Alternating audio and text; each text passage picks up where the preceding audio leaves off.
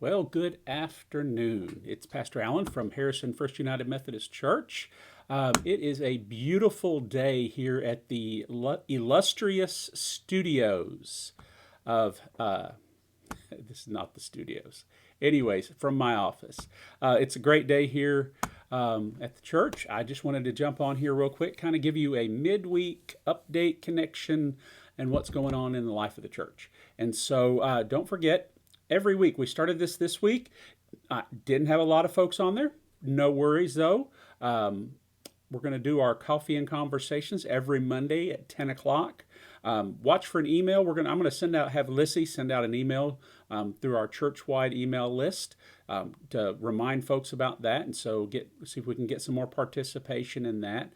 And also, I'll post the link. I think I'm just going to go ahead and post the link on the day of the event. So Monday morning, probably between 9 and 9:30, about a half an hour or so, half an hour to an hour before we begin our conversation time, I'll post a Zoom link to the meeting room, basically is what they're called, I guess for lack of a better term. And that way you can jump on there and join in the conversation. Now, you may be thinking, what is this all about? What does the conversation entail? Well, really and truly, it's just simply a way for me to get to know you better. It's, right now we're in some very challenging times.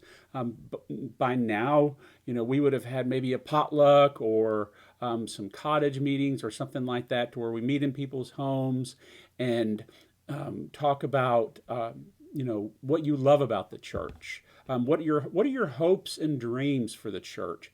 What missional opportunities do you have on your heart that you think maybe is something that the church should look into doing?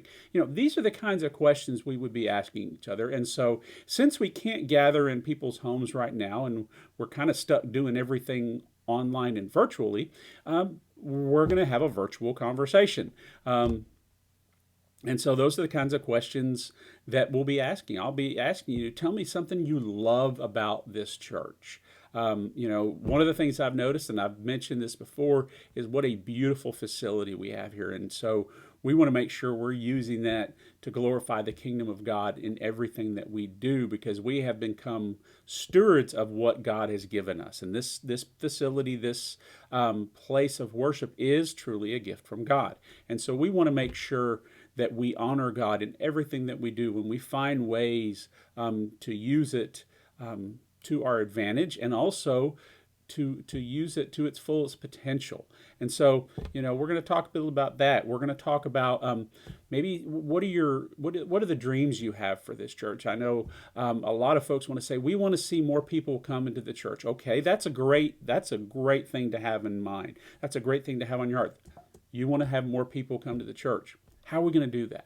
So how are we going to attract more people? How are we going to attract younger families to the church to want to become a part of Harrison First United Methodist Church?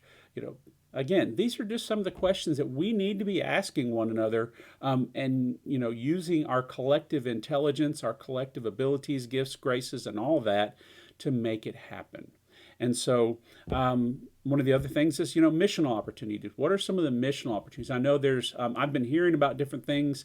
I know a little bit about the Hope Cottages. I'm going to meet with some people later this month to learn more about that. I know there's a thing called Share and Care here in Harrison. I know this church has been very active in that, and as time and our ability to be more involved in-person functions the community allows us to, we want to become more involved in that as well. But maybe there's some things that I don't know about, or that other folks don't know about, that you know about. Again, this is the time to kind of bring those to the table, and so we can begin discussing them. The other thing is just for you all to get to know me better, be able to ask me questions about, what I've done, what I like, what I don't like. Some of the things maybe you've already heard is, I love to cook. And so, like today, out on Facebook, I started a discussion, everybody's talking about what, the political events of the day and all the other things. But I said, let's talk about something really important today. Pellet grills. Are they worth the money? Are they just hype? What do you think? These are the kind of questions I like to throw out there. One of the other things, and here we go. Here's one for you today.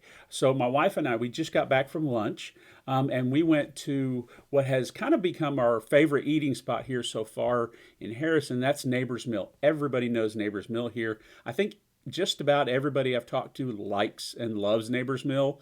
I mean, when you walk in and you see the case of goodies, what's not to like, right? But they've got great soups and sandwiches. But here's what I want you to do.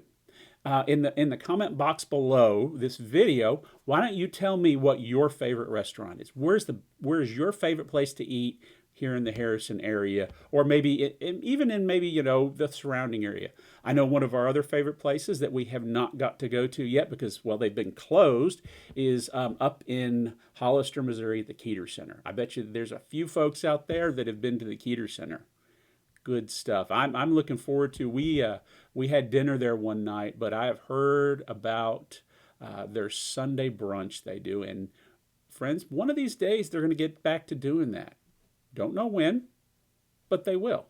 And so we're going to look forward to being able to go to that some Sunday after church one day. Maybe some other folks can join us to do that. But other than that, the Neighbor's Mill, I know there's a lot of different restaurants here in town, and I've heard about different ones, but why don't you tell me in the comment box below, what is your favorite restaurant and why do you like it so much? Maybe it's just, good home cooking food, or, they have a special dish that you really like. Why don't you tell me about that in the comments below? So what else do we have going on? Well, of course, we'll have our Sunday worship this Sunday at 10:45. We're going to be continuing our series, Anxious for Nothing, where we're looking at Paul's text in the book of Philippians. It's chapter 4, verses 4 through 8, where he reminds us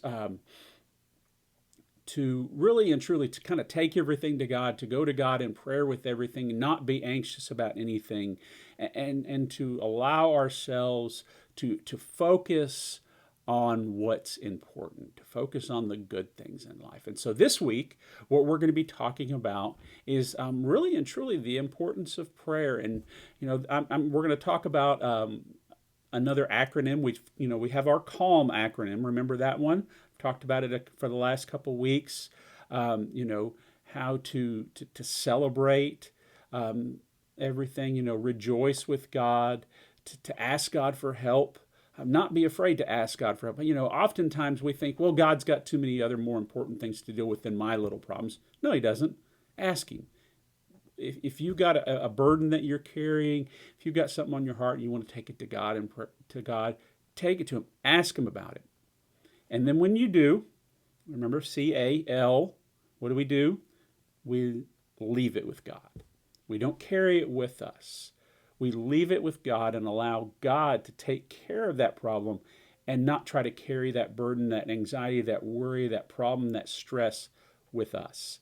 And so we celebrate, we ask, and then we leave it. And then what else do we do? If we're going to leave our problems with God, then we've got to be thinking about something else. The M in our acronym. We meditate on good things. And then Paul, in the end of Philippians 4, around verse 8, he kind of goes through a whole laundry list of things that we should be focusing on. And we're going to talk about that list in a few weeks. But this week we're kind of talking about, this whole idea of asking God and taking things to God in prayer. And I'll bring in another acronym during that message, but sorry, that's my phone ringing. I wanted to share another one with you as well, and it's one that I think is a great prayer acronym, and I'm not going to use, I don't want to get too much stuff going on Sunday, but I'll throw it out there today, and it's simply about using prayer, or using the acronym PRAY, P-R-A-Y. I didn't write this. I didn't come up with it on my own. I'm using it from Pete Greig, who's part of the 24/7 church movement. But he reminds us, when we go to pray, we just simply pray. We pause, P. We pause, meaning stop. Just stop what you're doing. clear your mind, let all the distractions, the busyness of life, let that set aside for a few moments and just quiet yourself. And then he also, kind of like what we've talked a little bit about, we'll talk about the R, P-R-A. The R is rejoice. Rejoice, reflect. And oftentimes what Pete likes to tell us is to use one of the Psalms to rejoice and reflect with the great history of the church, because the Psalms are really and truly written as prayers, and so it's a way we can pray with God in a very ancient form. And then the A is to ask. We've talked a lot about the asking thing, and then after we ask, and this is kind of similar to Max Lucado's calm principle, we yield. P-R-A-Y. So pause, rejoice, reflect, ask, and yield. P-R-A-Y. Yield meaning just yield it and yield yourself over to God. In other words, leaving your problems with God. That's just another little way we can look at prayer. But we'll talk more about that this Sunday. Remember, that's Sunday mornings at 10:45. We'll be live on YouTube. And if everything works correctly this week, I think we're actually figured it out how we can do both YouTube and Facebook at the same time. So keep your fingers crossed. You'll get a notification if you follow us here on our Facebook page that we are live. That means the link worked. If not, we'll post a link to the YouTube channel. I'm kind of learning as I go, and I'm thankful to the great folks that run our technology for us on Sunday mornings.